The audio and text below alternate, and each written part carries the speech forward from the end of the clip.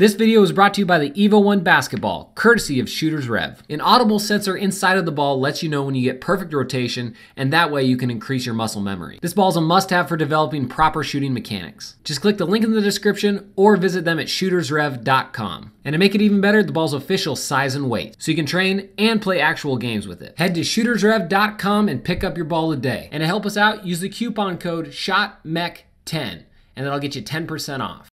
And congrats to Supreme D7 from Instagram for winning the Evo 1 contest. But I want to take a second and thank everybody who participated in the contest. It was a huge success over all the social media platforms. And just remember, you can still head to shootersrev.com and still pick up your own Evo 1. And the coupon code SHOTMEC10 still saves you 10%. Hey, Coach Colin Castello here with ShotMechanics.com, and welcome to NBA Shooting Secrets Kobe Bryant Edition. Now, if you've watched our videos before, you can click this annotation right here. But if you haven't, you're gonna wanna do two things. Number one, you're gonna wanna hit that subscribe button in the bottom right-hand corner of this video. We put out 4 videos every single week, and I want them to come straight to you.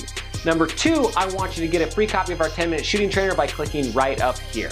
This is one of my personal favorite shooting workouts, and it's perfect because it only takes 10 minutes a day. We have thousands of athletes that are absolutely loving it, and I want you to get your own free copy, so click right up there and get it.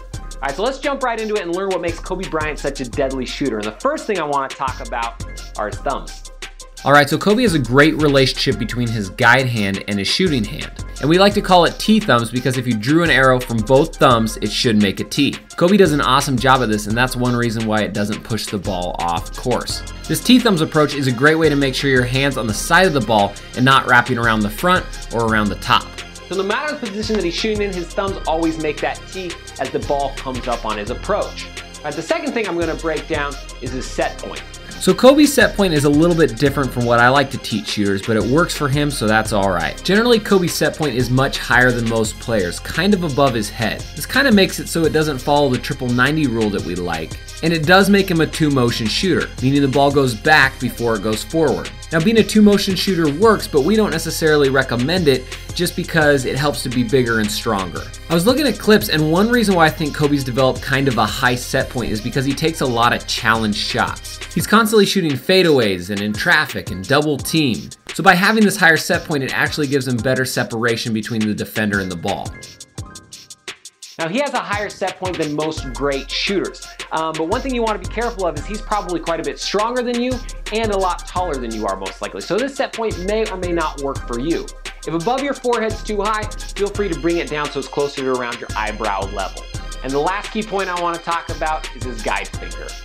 Now, Kobe Bryant does use his pointer finger to guide the ball, meaning his pointer finger, or the one next to the thumb, is in the middle of the ball, and that's the last one to release from it. This clip makes it really easy to see because he has white tape on his pointer finger. So as the ball comes out, it's dominated by that pointer finger and it's guided straight towards the basket.